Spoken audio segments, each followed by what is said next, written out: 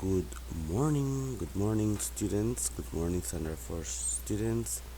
Um, we are in lesson 2 for our science, and this morning again we want to be positive about everything. We want to know that you will always try, alright? You always say that you will try. Um, Today, students, we are talking about communicable and non-communicable diseases. Okay, so we're gonna ask the question, what is it, right? So communicable disease, a disease that is spread from one living thing to another. It not only have to be humans, from one living thing to another, or through direct or indirect contact. Direct or indirect contact, or and the environment. So I'm going to read again. A disease that is spread from one living thing to another through direct or indirect contact and the environment. So it can be transmitted through the environment. Um, we just need to remember what are these words. Pathogen. A pathogen, an organism that causes a disease. Again, pathogen, an organism that causes a disease. Next word, infection. I believe that you will be able to understand what is an infection. A condition that occurs when pathogens enter the body, multiply, and damage the body cells. Whenever you have infection, for example, if you got a cut, it's gonna stay reddish around the cut, right? So it's called an infection. Virus. Two of the most common communicable disease, the cold and the flu, are caused by viruses. So you might have an idea of what's a virus. A bacteria, a single cell microorganism that live almost everywhere on earth. So there's a difference between a virus and a bacteria. So here we have how are communicable diseases transmitted. One, direct contact. You can pick up pathogens. Remember this word? We look at these words in the previous slide. You can pick up pathogens by direct contact with an infected person or animal.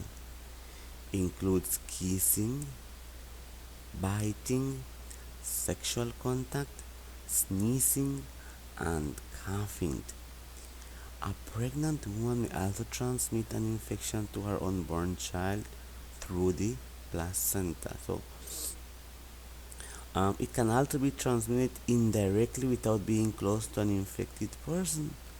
Someone sneezes on the table, cold viruses can be transmitted to you if you touch the table, then you touch your mouth or nose. So again, the pictures can help you here. One, through kissing. What is this guy doing here? Sneezing. Direct contact with their shaking hands. Right? Look at this place here. It reminds me whenever we travel by bus as well, right? Or whenever we're in the classroom. So if you sneeze and you don't cover your mouth, indirectly you will get it because you will probably will go and touch the table. If you're at home and you have a little flu there and you sneeze and you touch the doorknob, right? If you touch the doorknob, then you will have it indirectly, right? Or direct contact as well. So again, direct contact can be by kissing, by biting,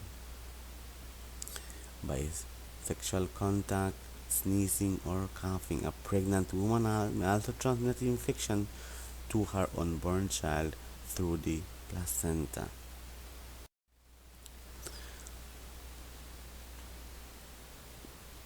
Vectors and parasites.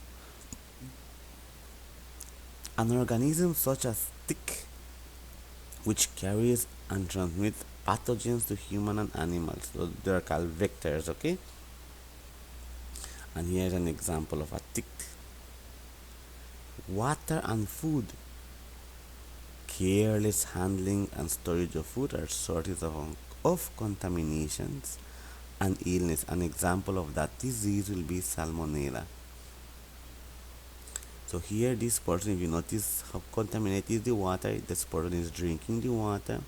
So he's getting the disease through a vector or through a parasite. Sometimes whenever we eat food that is uncooked, we also get the disease of salmonella. So all these examples here, the tick, mosquitoes, we can have other rodents, right? And through the water, then these are called vectors and parasites. This one is called through the water and food. So if you're doing barbecue and you have cooked the food, you can also get that disease through that, right? Airborne transmission.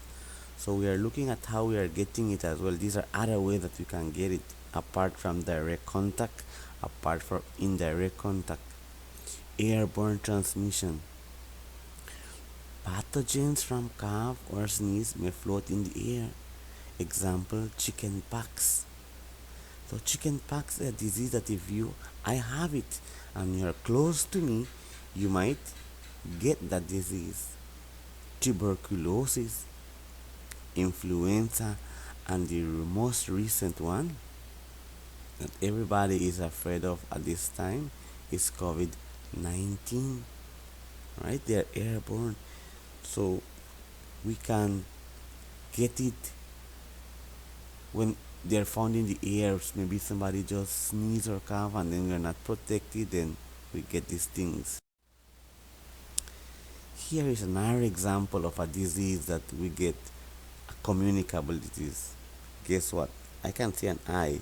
If we look at that eye there, that eye is reddish. Can you guess the name of that disease? Yes, students, that disease is called pink eye. Okay? Another one here, you can see this person here, how his leg looks all bended. That is called polio. Polio is a crippling and potentially fatal infectious infection that you can get it. Communicable disease. There's no cure, but there are safe and effective vaccines for it. Pink eye is the inflammation or infection of the transparent membrane that lines your eyelid and eyeball. It is characterized by redness and a gritty sensation in your eye, along with itching. Often a discharge forms a crust on your eyelashes during the night. Non-communicable diseases. What is a non-communicable disease?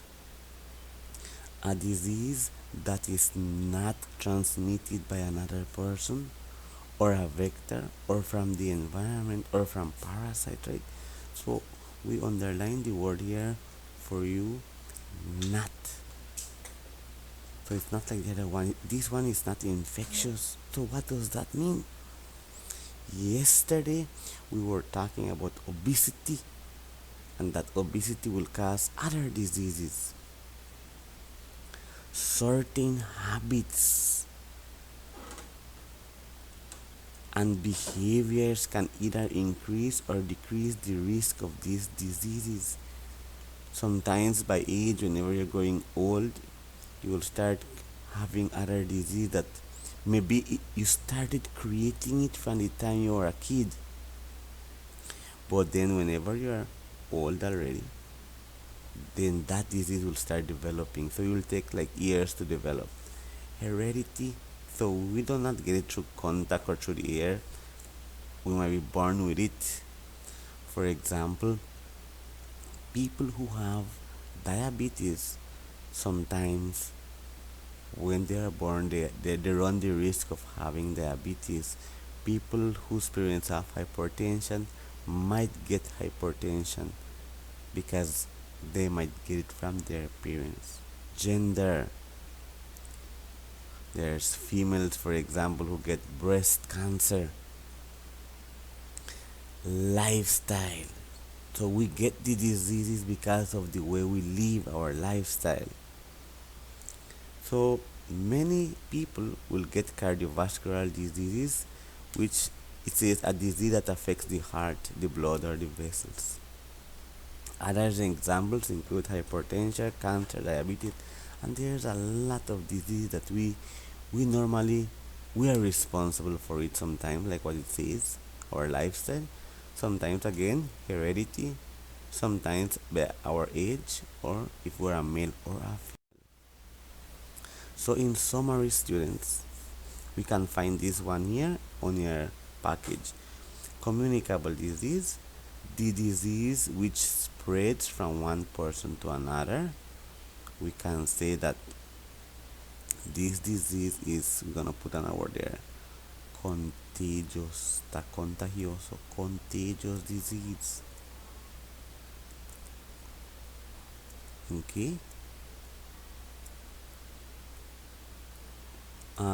They are caused by pathogens, they are caused by vectors, by parasites, right? Viruses. They're also known as infectious diseases. Another word for contagious is infectious. The examples: common cold, the pneumonia, tuberculosis, COVID 19. On the other hand, we have non communicable disease. The disease which do not spread from one person to another. So, which means that if I have cancer and I am close to you, it doesn't mean that you will get it, right? It's not transmitted. They are caused by deficiency of nutrients. So those students that sometimes they don't want to eat their vegetables and their foods, they might create a disease, right? They might get this disease called rickets, um, or due to an allergy. They are known as chronic diseases. Examples: diabetes, high blood pressure, and arthritis. All right. So I sometimes we kids don't feel anything. We are like the robots. We don't feel anything because early in the morning we go out walking without something on our feet, and then on the longer run you will start to have pain on your knees and your bones, and then that is created, right? So students, you will need to go to your package, and you complete the activity. Right? So this is the information about communicable and non-communicable